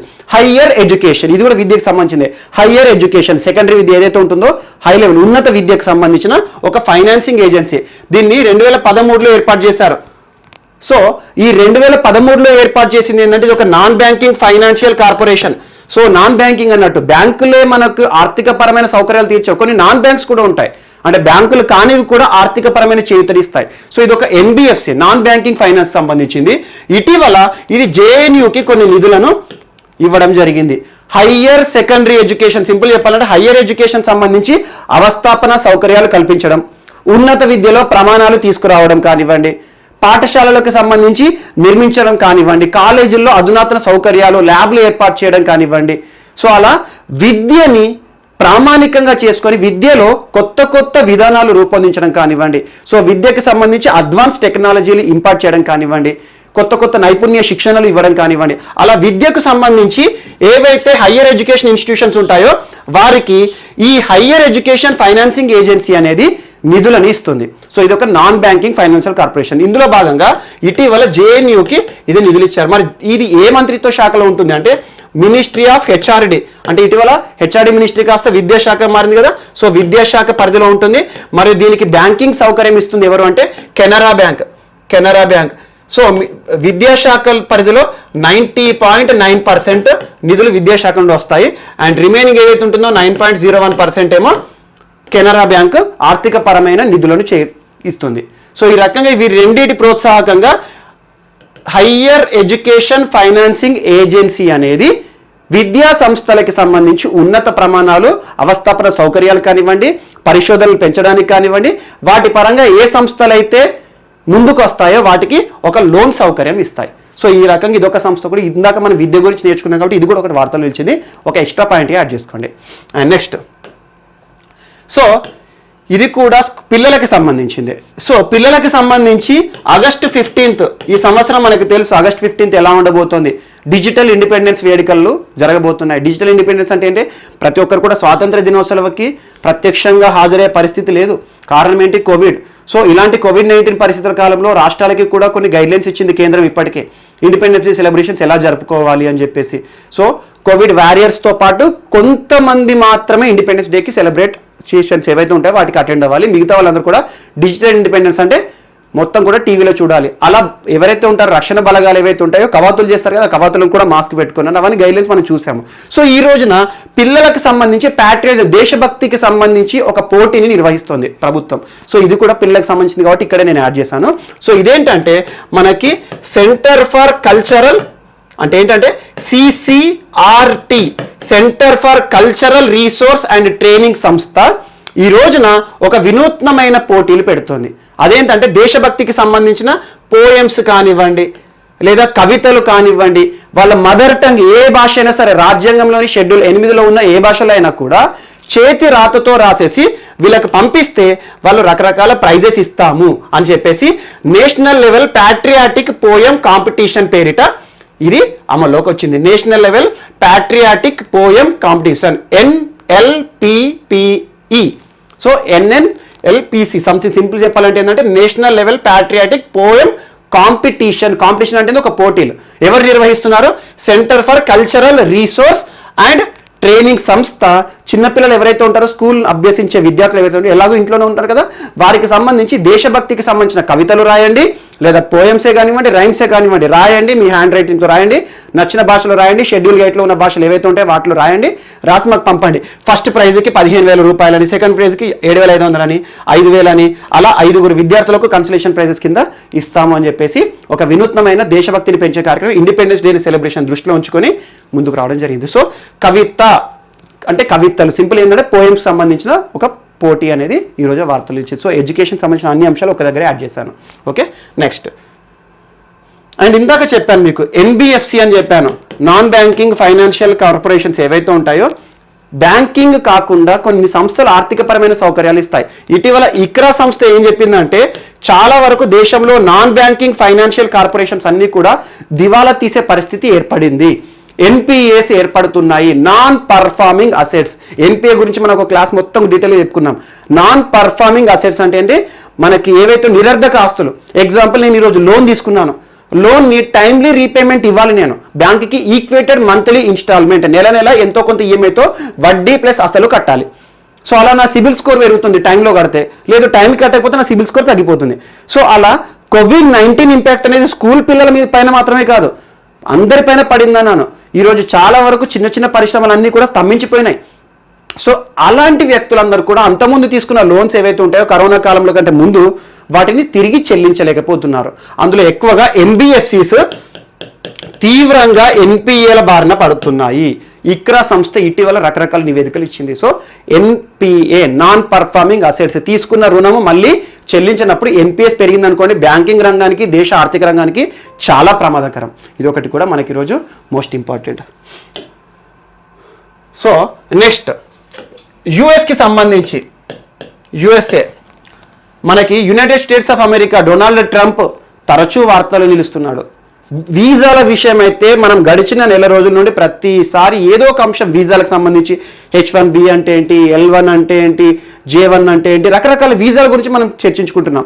సో ఈ రోజున H1B వీసాదారులు ఎవరైతే ఉంటారో అమెరికాలో, వాళ్ళు ఎలాంటి ఫెడరల్ జాబ్స్కి అర్హత ఉండదు. ఫెడరల్ జాబ్స్ అంటే సింపుల్గా మన దగ్గర గవర్నమెంట్ జాబ్స్ ఏవైతే ఉంటాయో అమెరికాలో ఫెడరల్ జాబ్స్ అంటారు. సో అమెరికాలో ఇచ్చే గవర్నమెంట్ జాబ్స్, ఫెడరల్ జాబ్స్కి H1B హోల్డర్ ఉన్న ఎవరైతే వీసాలు ఉంటారో, వీసా అంటే ఏంటి, ఆ దేశంలో ఉండడానికి అనుమతులు, దానికి కొన్ని రకరకాలుగా ఉంటాయి. మీరు ఈ పనులు చేసుకుంటూ ఉండొచ్చు. ఈ వీసా ఉన్న వాళ్ళు ఓన్లీ చదువు కోసం మాత్రమే అని, ఈ వీసాలు ఉన్న వాళ్ళు పేరెంట్స్ మాత్రమే రావచ్చు అని, టూరిస్ట్ వీసాలు రకరకాలుగా ఉంటాయి. సో అలా H1B అనేది ఏంటంటే work permit. So work permit వీసాలపైన ఇటీవల అమెరికా అధ్యక్షుడు డొనాల్డ్ ట్రంప్ కీలక వ్యాఖ్యలు చేశాడు. అదేంటంటే H1B వీసాదారులు ఎవరైతే ఉంటారో, హోల్డర్స్ ఎవరైతే ఉంటారో, డిసెంబర్ 2020 వరకు ఎలాంటి ఫెడరల్ జాబ్స్కి అర్హత ఉండదు, వాళ్ళని తీసుకోకూడదని ప్రభుత్వం నుండి ఒక ఉత్తర్వులు జారీ చేశారు. సో ఫెడరల్ జాబ్స్ విషయంలో పెద్ద ప్రాబ్లం ఏం లేదు. ఎందుకంటే ఏ దేశంలో అయినా కూడా గవర్నమెంట్ ఉద్యోగాల్లో స్థానికులే ఉంటారు. మన దగ్గర కూడా చూడండి, ఒక ప్రాంతంలో వాళ్ళు ఇంకో ప్రాంతాల మధ్యలో కూడా స్థానికులు ఉంటాయి. సో అలాంటిది వేరే దేశంలో ఎలాగో ఎలిజిబిలిటీ అనేది, యాక్సెప్టెన్స్ అనేది ఉండదు. సో ఫెడరల్ జాబ్స్ విషయంలో మళ్ళీ వీసాలు వార్తలు ఇచ్చినాయి. ఈ టైప్స్ ఆఫ్ వీసాస్ అన్ని కూడా మీకు క్రితం క్లాస్లో అన్ని చెప్పాను, రకరకాల వీసాలు, ఒకసారి రెఫర్ చేయండి. అండ్ నెక్స్ట్ మనకి స్వచ్ఛ భారత్ క్రాంతి అనే పేరిట ఒక హిందీ మ్యాగజైన్ ఈరోజు వార్తలో నిలిచింది. ఇద్దరు మంత్రులు దీన్ని ఇనాగ్రేట్ చేశారు. శ్రీ గజేంద్ర సింగ్ షెకావత్ మరియు స్మృతి ఇరానీ గారు స్వచ్ఛ భారత్ క్రాంతి అనే పేరుతో హిందీ మ్యాగజైన్ ని రిలీజ్ చేశారు. మనకు తెలుసు స్వచ్ఛ భారత్ ప్రోగ్రామ్ అనేది స్వచ్ఛత పరిశుభ్రత ఆధారంగా నడుస్తుంది. సో 2019లో స్వచ్ఛ భారత్ రెవల్యూషన్ అనే పేరిట ఒక మ్యాగజైన్ ని ప్రభుత్వం రిలీజ్ చేసింది, స్వచ్ఛ భారత్ రెవల్యూషన్. ఈ రోజున అదే పుస్తకాన్ని స్వచ్ఛ భారత్ క్రాంతి అనే పేరుతో హిందీ వర్షన్లో రిలీజ్ చేయడం జరిగింది ఆ పుస్తకం. సో ఇది ఒక మిస్లెనియస్ పాయింట్. ఏంటంటే ఇలాంటి బుక్స్ రావచ్చు రాకపోవచ్చు, బట్ గుర్తుంచుకోండి స్వచ్ఛ భారత్ క్రాంతి అనేది ఎవరికి సంబంధించింది ఏంటి అని. And next, so first ever Vyaparmala express. వ్యాపారం అంటే ఏంటి, బిజినెస్. మనం చూడండి ఇటీవల రైల్వే శాఖ వ్యాపారం పైన, బిజినెస్ ఏదైతే ఉంటుందో పరిశ్రమల పైన, వర్తకుల పైన చాలా వరకు కూడా కొన్ని అవకాశాలు ఇస్తుంది. కార్గో ఎక్స్ప్రెస్లు నడుపుతోంది. సో ఒక ప్రాంతం నుండి ఒక ప్రాంతానికి కార్గో నడిపి సికింద్రాబాద్ సంబంధించి మనకు అంశం నేర్చుకున్నాము. అండ్ భారతదేశానికి సంబంధించి భారతదేశం నుండి బంగ్లాదేశ్కి ఇటీవల ఒక ట్రైన్ ద్వారా సరుకులు పంపించారు. దానికి సంబంధించి మనం ఇటీవల గుంటూరుకు సంబంధించి మిర్చి నేర్చుకున్నాము. అలా వ్యాపార సరుకులకు సంబంధించి ఇటీవల రైల్వే తరచూ వార్తలు నిలుస్తున్నాయి. రైల్వేస్ ప్రతిరోజు మనం ఏదో ఒక అంశం నేర్చుకుంటున్నాము. నిన్న కూడా రైల్వేలో రోబోస్ కానివ్వండి, యూవీ బ్యాగేజ్ బ్యాత్ అని ఒకటి నేర్చుకున్నాము. యూవీ బ్యాగేజ్ బ్యాత్ అంటే ఏంటి అని. మరియు కెప్టెన్ అర్జున్ అన్నాము. అతి ఎత్తైన రైలును, మన గూడ్స్ రైలు మన ఇండియన్ రైల్వేస్ నడిపే ప్రపంచంలో మొదటిసారి అన్నాము. అంజీకాడ్ బ్రిడ్జ్ అని తీగల వంతెన గురించి నేర్చుకున్నాము. సో అలా ప్రతి ఒక్క అంశం రైల్వే సంబంధించి ఇటీవల మనం నేర్చుకున్నాం. అండ్ మొట్టమొదటి ఎలక్ట్రిఫైడ్ టన్నెల్ ఎక్కడ అని చెప్పేసి ఇలాంటి అన్ని అంశాలు రైల్వేకి సంబంధించి ఒక్క 2 నెలల్లోనే మనం దాదాపు ఒక 15-16 అంశాలనే అవన్నీ ఒక దగ్గర రాసుకోండి, ఖచ్చితంగా బిట్ వస్తుంది. ఆర్ఆర్బీకి ప్రిపేర్ అయ్యే వాళ్ళకి ఇటువంటి వాటి వస్తాయి. అండ్ క్రితంలో కూడా చూసాం మనం, న్యూ ట్రాక్ కన్స్ట్రక్షన్ మెషిన్స్ భారతదేశంలో అమలు చేస్తున్నారంటే ట్రాక్ కన్స్ట్రక్షన్ చేయడానికి కొత్త కొత్త పరికరాలను వాడుతుంది ఇండియన్ రైల్వేస్, అదొకటి నేర్చుకున్నాము. ఈ రోజున ఇండియన్ రైల్వేస్ సంబంధించి వ్యాపారమాల అనే ఒక ఎక్స్ప్రెస్ని భారత రైల్వే వాళ్ళు ప్రారంభించారు, సెంట్రల్ రైల్వే వాళ్ళు ప్రారంభించారు. నార్థన్ రైల్వే అంటే సెంట్రల్ అంటున్నాను, సారీ, నిన్న సెంట్రల్ మనం నేర్చుకున్నాము రక్షక్ పేరుతో. ఈ రోజున నార్థన్ ఉత్తర భారతదేశానికి సంబంధించిన రైల్వేలు ఈ అంశాన్ని ప్రస్తావించాయి. దానికి సంబంధించి మొదటి రైలును కూడా నడిపాయి. ఎక్కడెక్కడున్నంటే Vyaparmala express of northern railway from Delhi Kishanganj to Jirania Tripura వరకు. సో ఇది మార్గం, ఢిల్లీ నుండి జిరానియా వరకు నడిపింది. దాదాపు 2360 కిలోమీటర్లు 68 గంటల్లో ఒక వ్యాపారానికి ఉపయోగపడే విధంగా మనం ఏదైతే ఉంటో వర్తకులు ఎవరైతే ఉంటారో ఒక ప్రాంతం నుండి ఒక ప్రాంతానికి కార్గోస్ పంపించడానికి ఉపయోగపడంగా ఉండేటట్టు స్పెషల్గా ఎక్స్క్లూజివ్గా బిజినెస్ ఓరియంటెడ్గా మన కార్గోస్ కోసం ఒక ట్రైన్ ప్రారంభించారు. ఎవరు? నార్థన్ రైల్వే వాళ్ళు. వ్యాపారమాల, ఫస్ట్ ఎవర్ వ్యాపారమాల అనే ఎక్స్ప్రెస్ ఎవరు ప్రారంభించారు? Northern railway. ఎక్కడి నుండి ఎక్కడికి పోయింది అంటారు? ఢిల్లీ నుండి మనకి త్రిపుర ప్రాంతం వరకు పోయింది. దాదాపు 2400 కిలోమీటర్లు నడిచింది. ఒకవేళ సక్సెస్ అయింది అనుకోండి, అన్ని ప్రాంతాలు కూడా వస్తుంది. సేమ్ ఇది కూడా ఏంటి, ఇంతకుముందు మనం నేర్చుకున్నట్టు కార్గో ఎక్స్ప్రెస్ ఏదైతే ఉందో సికింద్రాబాద్లో, సేమ్ అవే అంశాలు దీనికి కూడా ఉంటాయి. సో అలా వ్యాపారమాల అనే పేరుతో ఇటీవల రైల్వేస్ మళ్ళీ కొత్త రకమైన రైళ్లను ప్రారంభించింది. ఎక్స్క్లూజివ్గా బిజినెస్ ట్రైన్స్ అన్నట్టువి, గూడ్స్ ట్రైన్ అనకండి, ఇవి exclusive cargos. Okay, next cargos అంటే ఏంటంటే మనం ఇండివిజువల్గా కొరియర్స్ చేస్తాం కదా. సో ఇండివిజువల్ ఇన్ని టన్నులు పెద్ద పెద్ద మొత్తంలో కాకుండా చిన్న చిన్న పరిమాణాలు కూడా మనం పంపొచ్చు అన్నట్టు. సో అలా. అండ్ నెక్స్ట్ రెగ్యులర్గా కేవీఐసి కూడా మనం నేర్చుకుంటున్నాం. ఖాదీ విలేజ్ ఇండస్ట్రీస్ కమిషన్ ఇటీవల పోఖ్రాన్ అని, వారణాసి అని, నిన్నటి క్లాస్లో కూడా మనం కేవీఐసి గురించి అగరబత్తులకు సంబంధించి అవన్నీ నేర్చుకున్నాం. ఈ రోజున కేవీఐసి సంస్థ ITBP, Indo Tibetan border police, ITBP. మీరు చూడండి పోలీసుల్లో కూడా రకరకాలుగా ఉంటారు. సెంట్రల్ పోలీసులు ఏవైతే ఉంటాయి, సెంట్రల్ పోలీస్లో ఒక్కొక్క కేటగిరీ ఉంటుంది. మనకి స్టేట్ పోలీసులు అందరూ కూడా రాష్ట్రంలో లా అండ్ ఆర్డర్ చూసుకుంటారు, శాంతి భద్రతలు. అదే సెంట్రల్ పోలీసులో చూడండి రకరకాల, మీకు ఎగ్జాంపుల్ సిఆర్పిఎఫ్ అంటారు, ఐటీబీపీ అంటారు, బిఎస్ఎఫ్ అంటారు, బార్డర్ సెక్యూరిటీ ఫోర్స్. ఐటీబీపీ వాళ్ళు ఎక్కడ ఉంటారు? Indo Tibetan border police, Indo Tibet border police ఎవరైతే ఉంటారో, సరిహద్దుల్లో ఉండే పోలీస్ ఎవరైతే ఉంటారో వారికి సంబంధించి ఈరోజు కేవీఐసీ ఒక ఒప్పందం చేసుకుంది. దేని విషయంలో అంటే మస్టర్డ్ ఆయిల్ విషయంలో. Mustard oil. So mustard oil విషయంలో issued items of mustard oil. Simple చెప్పాలంటే ఏంటంటే ఇది మస్టర్డ్ ఆయిల్ గురించి ఒక్కసారి భారతదేశంలో మస్టర్డ్ ఆయిల్ విషయంలో ఒక పోలీసు శాఖతో కేవీఐసీ ఒప్పందం చేసుకోవడానికి మొట్టమొదటిసారి వార్తలు నిలిచింది. సో మస్టర్డ్ ఆయిల్ సప్లై విషయంలో ఈ రోజున కేవీఐసీ, ఐటీబీపీ రెండు కూడా ఒక ఒప్పందం చేసుకున్నాయి. Timely supply of mustard oil. So ఇదొకటి కూడా మనకి మోస్ట్ ఇంపార్టెంట్. ఈ రెండు సంస్థలు చూడండి. ఐటీబీపీ అంటే ఏంటంటే సరిహద్దు పోలీసులు ఎవరైతే ఉంటారో టిబెట్కి, బార్డర్కి, మరి భారత్కి మధ్యలో సరిహద్దులో ఉండేవారు. ఎక్కువ వీళ్ళలో డిజాస్టర్ రెస్పాన్స్ ఫోర్స్ ఏదైతే ఉంటుందో, మనకి డిజాస్టర్స్ వచ్చినప్పుడు సో ఆ ర్యాపిడ్ ఫోర్సెస్ కానీ ఉంటాయి కదా మన భద్రతా బలగాలు, అందులో ఎక్కువ ఐటీబీపీ వాళ్ళు కూడా యాక్టివ్గా ఉంటారు. సో ఐటీబీపీ వాళ్ళతో మస్టర్డ్ ఆయిల్ విషయంలో ఇటీవల ఒక ఒప్పందం చేసుకుంది. మస్టర్డ్ ఆయిల్, మనకు తెలుగులో మస్టర్డ్ ఆయిల్ అంటే ఐ థింక్ ఆముదం అనుకుంటాను, ఆముదమే. సో మస్టర్డ్ ఆయిల్ విషయంలో ఒప్పందం అనేది వార్తలు నిలిచింది.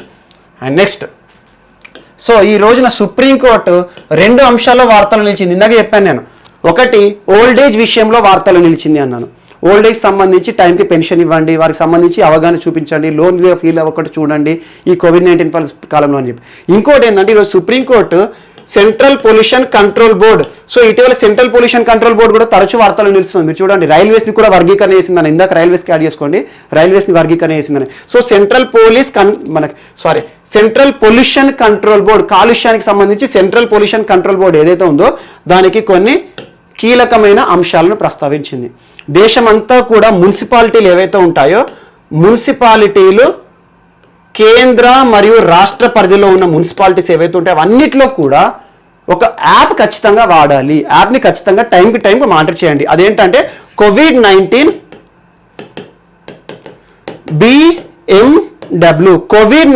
BMW అనే మొబైల్ యాప్ని పారిశుద్ధ్య కార్మికులు ఖచ్చితంగా ఇన్స్టాల్ చేసుకోవాలి. సిపిసిబి దానికి సంబంధించి ఖచ్చితంగా అవగాహన, ఒక ఏంటంటే వారిపైన సూపర్విజన్ చేయాలి. అంటే ఏంటంటే వారిపైన ఒక నిఘా వేయాలి. అంటే ఖచ్చితంగా పారిశుద్ధ కార్మికులు కానివ్వండి, మున్సిపాలిటీలు కానివ్వండి, మన దగ్గర ఏవైతే ఉంటాయో పారిశుద్ధానికి సంబంధించి చేసే ఎవరైతే ఉంటారో ఉద్యోగులు, వారందరూ కూడా కోవిడ్-19 BMW అనే ఒక యాప్ వేసుకోవాలి. దేనికి సంబంధించిందంటే బయోమెడికల్ వేస్ట్. BMW అంటే ఏం లేదు,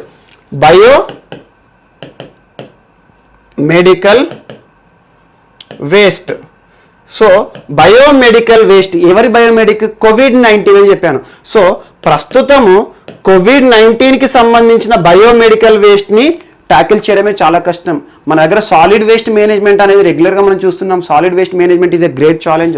ప్రస్తుతం పెరుగుతున్న జనాభా దృష్టిలో సాలిడ్ వేస్ట్ ఏదైతే ఉంటుందో దాన్ని నిర్వహించడము, దాన్ని రీసైకిల్ చేయాలన్నా ఎలా చేయాలనేది చాలా కష్టం. సో అలాంటి సాలిడ్ వేస్ట్ నుండి ఇటీవల చూసాం మనం, ఉత్తరాఖండ్ ప్రభుత్వము ఎలక్ట్రిసిటీ కూడా జనరేట్ చేసింది 3 మెగావాట్స్ అని చెప్పేసి, ఉత్తరాఖండ్ స్టేట్ ఎలక్ట్రిసిటీ బోర్డు. అలాంటి అంశం చూడండి. కోవిడ్-19 సంబంధించి ప్రస్తుతం దేశం అంతా కూడా 101 టన్స్ వేస్టేజ్ అనేది ఏర్పడుతుంది.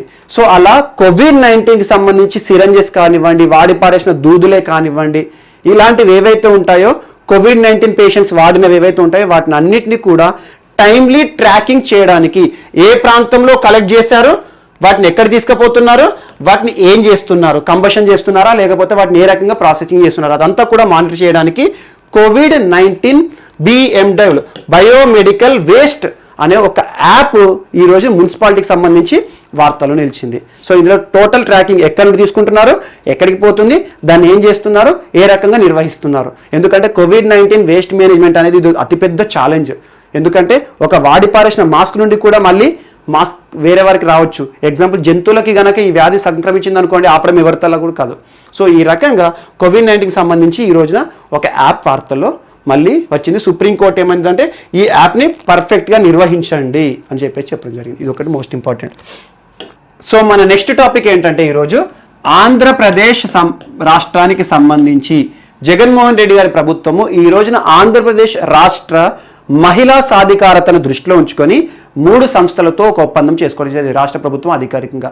ఆ సంస్థల పేర్లు ఏంటంటే PNG group and next Hindustan Unilever, next ITC company and ఇంకొకటి ఇక్కడ లింక్ చేసుకోండి, ఐటీసీ భద్రాచలం బ్రాంచ్ ఏదైతే ఉంటుందో ఐటీసీ భద్రాచలం బ్రాంచ్, దానికి ఇటీవల గ్రీన్ కో ప్లాటినం ప్లస్ రేటింగ్ అనేది కూడా వచ్చింది. సో దాని గురించి డెప్త్ అవసరం లేదు. ఇటీవల ఐటీసీ భద్రాచలంకు ఏ రేటింగ్ వచ్చింది అంటే గ్రీన్ కో ప్లాటినం ప్లస్ అనే ఒక రేటింగ్ రావడం జరిగింది. అలా తెలంగాణ ప్రాంతానికి సంబంధించిన ఐటీసీ వార్తలు నిలిచింది. అండ్ ఇక్కడ ఆంధ్రప్రదేశ్ రాష్ట్ర ప్రభుత్వం మహిళా సాధికారతను దృష్టిలో ఉంచుకొని మహిళా సాధికారతకు తోడ్పాటు అయ్యే విధంగా ఈ 3 సంస్థలతో ఒక ఒప్పందం చేసుకొని వార్తలు నిలిచింది. దీనికి సంబంధించి ఆ ఒప్పందం ఏంటి, ఎన్ని కోట్లకు సంబంధించింది, లేకపోతే దాని యొక్క ఉద్దేశాలు ఏంటి, ఏ రకంగా అమలు చేస్తుంది, అదంతా కూడా మనం చూడాలి. నెక్స్ట్, సో ఈరోజు ఇండియా స్క్వాష్ టీం ఒక క్రీడ, ఇందాక గోల్ఫ్ చెప్పినట్టే స్క్వాష్ కూడా ఏంటంటే ఒక క్లోజ్డ్ వాల్తో ఆడతారు. వాల్తో ఏంటంటే బాల్ అండ్ బ్యాటే ఉంటుంది. సో సింపుల్గా చెప్పాలంటే టెన్నిస్ లాంటి క్రీడనే. సో టెన్నిస్ లాంటి క్రీడనే, కాకపోతే 1 ప్లేయర్ విత్ ద వాల్ ఆడుతూ ఉంటారు. సో స్క్వాష్కి సంబంధించి ఒక వార్త అనేది ఉంది. అదేంటంటే ఉమెన్ స్క్వాష్ వరల్డ్ టీమ్ ఏదైతే ఉంటుందో అందులో నుండి టీమ్ ఇండియా అనేది తప్పుకుంటున్నట్టుగా ప్రకటించడం జరిగింది. సో ఎందుకు కారణము అసలు ఏంటో చూద్దాం. సో స్క్వాష్ ఛాంపియన్షిప్ 2020 డిసెంబర్లో జరగాలి. సో డిసెంబర్ 15 నుండి జరిగేది ఉంది ఇప్పుడు. అంటే ప్రపంచం అంతా కూడా స్క్వాష్ కాంపిటీషన్స్, ప్రపంచ కప్ లాంటిది అనుకోండి స్క్వాష్ క్రీడలో, దాని నుండి ఇండియా టీము వైదొలిగింది, ఆడము మేము అనేసి. కారణం ఏంటంటే ఇప్పుడు ప్రిపరేషన్ కానివ్వండి, ల్యాక్ ఆఫ్ ప్రిపరేషన్, మేము సరిగా సన్నద్ధం కాలేదు, ప్రిపేర్ అవ్వలేదు. అండ్ సెకండ్ ఇంకోటి ఏంటంటే time and match readiness for athletics కూడా ఈ కోవిడ్-19 పరిస్థితుల కాలంలో వారికి ఎలాంటి సాధనాలు కానీ చేయలేదు. కాబట్టి కొన్ని కారణాలు చెప్పేసి వరల్డ్ స్క్వాష్ టీం ఏదైతే ఉంటుందో కప్పు నుండి భారతదేశం బయటకు వచ్చింది. ఈసారి జరుగుతున్న స్క్వాష్ వరల్డ్ టీం ఎక్కడ జరుగుతుంది అంటే వేదిక కౌలాలంపూర్ మలేషియాలో జరుగుతుంది. సో దీనికి సంబంధించి భారతదేశానికి సంబంధించి ఏ సంస్థ చెప్పింది అంటే squash rackets federation of India, squash rackets federation of India, SRFI అంటారు. Squash rackets federation of India అనేది భారతదేశంలో స్క్వాష్ క్రీడకు సంబంధించి అత్యున్నత సంస్థ. ఎగ్జాంపుల్ క్రికెట్లో BCCI లాగా. So squash rackets federation of India సంస్థ ఇటీవల డిసెంబర్ 15 కౌలాలంపూర్ వేదికగా మలేషియాలో జరుగుతున్న స్క్వాష్ కాంపిటీషన్ నుండి టీమిండియా వైదొలుగుతున్నట్టుగా అధికారికంగా ప్రకటించింది. కారణం ఏంటంటే ప్రిపేర్నెస్, మేము సన్నద్ధం అవ్వలేదు అండ్ కోవిడ్-19 పరిస్థితుల కారణంగా క్రీడాకారులకి మేము ఎలాంటి సమయం కూడా ఇవ్వలేకపోయాం, కాబట్టి మేము ఇప్పుడు పోటీ చేయదలుచుకోలేని చెప్పడం జరిగింది. సో అలా squash rackets federation of India, దానికి సంబంధించి ప్రస్తుతం ఎవరు అధ్యక్షులు అంటే దేవేంద్రనాథ్ సారంగి గారు హెడ్గా ఉన్నారు. దానికి హెడ్ క్వార్టర్ ఎక్కడ ఉంటుంది అంటే తమిళనాడు, చెన్నైలో ఉంటుంది. స్క్వాష్ క్రీడ అనగానే మనకు చాలా మందికి గుర్తుకొచ్చే ఒక క్రీడాకారిణి దీపికా పల్లికల్. సో చాలా వరకు భారతదేశానికి సంబంధించి ప్రస్తుతం యాక్టివ్గా క్రీడాకారిణిగా మనం రెగ్యులర్గా చూస్తూ ఉంటాం వార్తాపత్రికల్లో కూడా. సో స్క్వాష్ క్రీడకు సంబంధించిన ఒక అంశం. And next Indian council of world affairs, Indian council of world affairs, ఈ సంస్థ భారతదేశంలో 1943లో ప్రారంభించబడింది. సో ఇది ఎందుకు వార్తలో నిలిచింది అంటే ప్రస్తుతం ఈ సంస్థకి అధ్యక్షులుగా నియమించబడిన వ్యక్తి ఎవరు అంటారు. సో వెంకయ్య నాయుడు గారు. సో ప్రస్తుతం భారతదేశ ఉపరాష్ట్రపతి వెంకయ్య నాయుడు గారు Indian council of world affairs అనే ఒక సంస్థకి సంబంధించి వార్తలు నిలిచారు. ఇటీవల వార్తల్లో నిలిచిన Indian council of world affairs కి ఎవరు అధ్యక్షులుగా నియమించబడ్డారు భారత ప్రభుత్వం చేత అంటే వెంకయ్య నాయుడు గారు, ప్రస్తుతం భారతదేశ ఉపరాష్ట్రపతి. దీనికి ఉపాధ్యక్షుడిగా ఎవరు నియమితులయ్యారు అంటే జయశంకర్ గారు ఎవరు, విదేశీ శాఖ మంత్రి. సో ఇక్కడ మీకు ఒక పాయింట్ గుర్తుకు రావాలి, Indian council of world affairs అంటే ఏంటి, భారతదేశము ప్రపంచ దేశాలతో సంబంధాలు పెట్టుకుంటుంది. ఎగ్జాంపుల్ ఇండియా అమెరికా బైలాటరల్ ఒప్పందం కానివ్వండి, ఇండియాకి సంబంధించి విదేశీ విధానంలో కొన్ని కూటములు కానివ్వండి, వాటికి సంబంధించి ఎలాంటి అంశాలైనా కూడా దాని గురించి ప్రాతినిధ్యం వహించే సంస్థ Indian council of world affairs, ప్రపంచ దేశాలతో ప్రపంచ సంబంధాలు ఏవైతే ఉంటాయో అవన్నీ కూడా పర్యవేక్షించే ఒక సంస్థ. సో దీనికి ప్రస్తుతం భారతదేశానికి సంబంధించి ఉపరాష్ట్రపతి వెంకయ్య నాయుడు గారు ఇటీవల ఈ సంస్థకు అధ్యక్షుడిగా నియమితులయ్యారు భారత ప్రభుత్వం చేత. ఉపాధ్యక్షులు ఎవరంటే జయశంకర్, ప్రస్తుత విదేశీ శాఖ మంత్రి. సో ఆటోమేటిక్గా ఈ సంస్థకి విదేశీ శాఖ మంత్రి గారు ప్రాతినిధ్యం వహించాలి కాబట్టి తను యాక్టివ్గా ఉంటాడు ఎక్కువగా. సో ఇది ఒకటి మోస్ట్ ఇంపార్టెంట్ ఈరోజు వార్తలు నిలిచింది. అండ్ దీంతో పాటు కొన్ని సంస్థలు ఉంటాయి రెగ్యులర్గా వార్తలు నిలుస్తున్నాయి. ICCR, Indian council of cultural relations కానివ్వండి, ICCR సంస్థ ఇటీవల ఏప్రిల్ 9కి 70 ఇయర్స్ ఫౌండేషన్ ఉత్సవాలు అనేది జరిగి 70 సంవత్సరాలు అయింది ప్రారంభమైంది చెప్పేసి. సో ఇలాంటివి కానివ్వండి, భారతదేశ సంస్కృతికి సంబంధించి ప్రపంచ దేశాలలో అవగాహన చేపట్టడానికి ICCR అనేది కూడా ఒకటి వార్తల్లో ఉంటుంది. సో ICCR కూడా ఇటీవల ఎందుకు లోకమాన్య బాలగంగాధర్ తిలక్ గారి డెత్ యానివర్సరీ ఏదైతే ఉందో 100 ఇయర్స్ సంబంధించి దానికి సంబంధించి కొన్ని అవగాహన కార్యక్రమాలతో ICCR వార్తలు నిలిచింది. ICCR కానివ్వండి లేకపోతే ICWA కానివ్వండి, వీటికి సంబంధించిన అంశాలు రెగ్యులర్గా ఎగ్జామ్స్లో అడుగుతారు. సో ICCR ఎందుకంటే ఏప్రిల్ 9న 70 ఇయర్ ఫౌండేషన్ అనేది జరిగింది, స్థాపించి 70 సంవత్సరాలు అయిన కారణంగా ఒకటి వార్తల్లో నిలిచింది. మౌలానా అబుల్ కలాం గారు ఉన్నప్పుడు ఈ సంస్థ ప్రారంభించబడింది. ఇదేమో 1943లో ఏర్పాటు చేయబడింది. Indian council of world affairs అధ్యక్షుడు ప్రస్తుతం వెంకయ్య నాయుడు గారు మనకి వార్తలు నిలిచారు. And next, so Ebrahim Alkazi, so Indian theatre maestro అంటారు. ఇండియన్ థియేటర్ మాస్ట్రో, సినిమా పరిశ్రమకి సంబంధించి ఒక గాడ్ ఫాదర్ అనుకోండి. చాలా మంది కూడా ఇతను చనిపోయినందుకు ఇటీవల కమల్ హాసన్ గారు కూడా చూడండి ఫొటోస్ కనబడతాయి, కన్నీటి పర్యంతమయ్యారు. సో ఇబ్రహీం అల్కాజీ గారు నేషనల్ స్కూల్ ఆఫ్ డ్రామాలో చాలా కాలం కూడా పనిచేశారు. సినిమా రంగానికి సంబంధించి విశిష్ట సేవలు, చాలా విశేష కృషి చేశారు. సో ఇటీవల చనిపోవడం జరిగింది. మనకి మరణించిన వ్యక్తుల్లో మోస్ట్ ఇంపార్టెంట్ ఇటీవల చనిపోయిన ఇబ్రహీం అల్కాజీ ఎవరు అంటారు, సినీ రంగ పరిశ్రమలో థియేటర్ మేస్ట్రో అంటారు. అంటే థియేటర్ రంగంలో అత్యంత పెద్ద, తనకంటూ కొన్ని సేవలు చేసి చాలా మంది కూడా ఇప్పటికి కూడా గుర్తుంచుకునే ఒక వ్యక్తిగా వార్తలు నిలిచాడు. And next, William English, so పేరే ఇంగ్లీష్, విలియం ఇంగ్లీష్, ఇతను కూడా ఈరోజు వార్తల్లో నిలిచాడు. విలియం ఇంగ్లీష్ ఎవరు అంటే కో ఇన్వెంటర్ ఆఫ్, మనకు కంప్యూటర్ మౌస్ ఉంటుంది కదా, కంప్యూటర్ మౌస్ని సృష్టించిన వ్యక్తుల్లో ఇతను కో ఫౌండర్. సో ఇటీవల 91 సంవత్సరాల వయసులో తను చనిపోవడం జరిగింది. తను కూడా వార్తల్లో నిలిచాడు ఈ రోజున, William English. And next, Iker Casillas, so football match చూసినట్టుంటే మీరు ఫిఫా వరల్డ్ కప్లో ఫుట్బాల్ మ్యాచ్లు కనుక చూసినట్టుంటైతే ఈ పర్సన్ చాలా మందికి కూడా అభిమాన క్రీడాకారుడు. Spain goal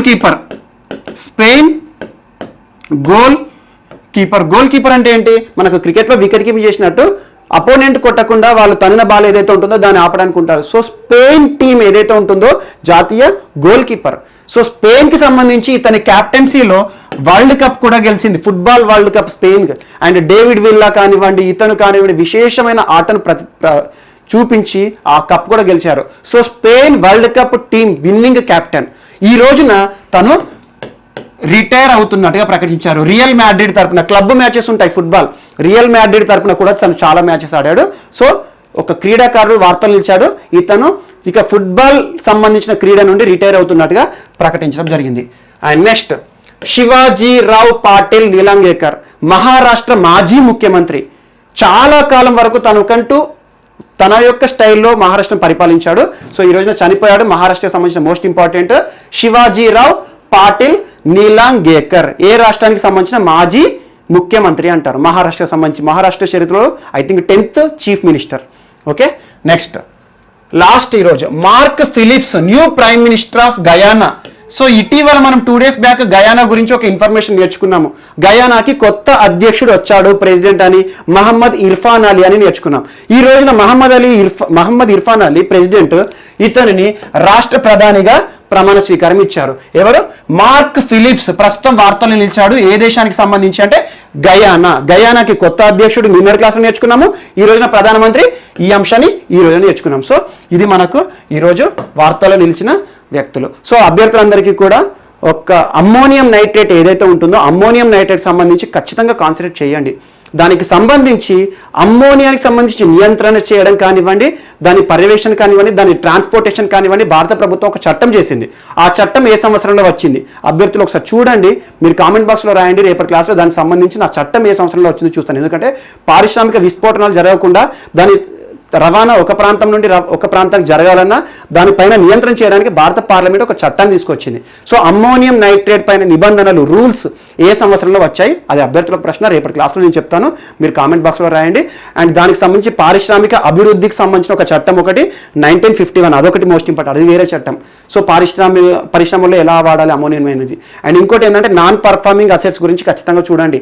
non banking finance companies ఏవైతే ఉంటాయో వాటికి సంబంధించి ఇటీవల నివేదికలు కానివ్వండి, ఇక్కడ సంస్థలు ఇస్తున్నాయి కానివ్వండి, వీటికి సంబంధించి చూడండి ఖచ్చితంగా. ఎందుకంటే నాన్ పర్ఫార్మింగ్ అసెట్స్ అనేవి ఖచ్చితంగా ఆర్థిక రంగానికి చాలా వరకు కూడా డేంజర్.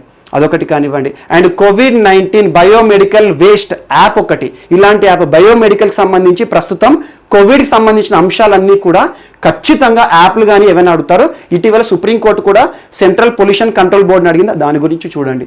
సో ఆ అంశం కానివ్వండి. అండ్ మిస్లేనియస్ ఈ రోజున అంశాలు ఏవైనా మిగిలిపోయి ఉంటే ఖచ్చితంగా రేపటి క్లాస్లో మనం కవర్ చేస్తాము. సో అమ్మోనియం నైట్రేట్ అనేది మోస్ట్ ఇంపార్టెంట్, చూడండి. ఈ రోజున దాని గురించి మనం నేర్చుకున్నాము. సో దానికి సంబంధించిన ఆ చట్టాన్ని మాత్రం చూడండి. ఓకే, రేపటి క్లాస్లో మనం మళ్ళీ కలుద్దాము. Thank you.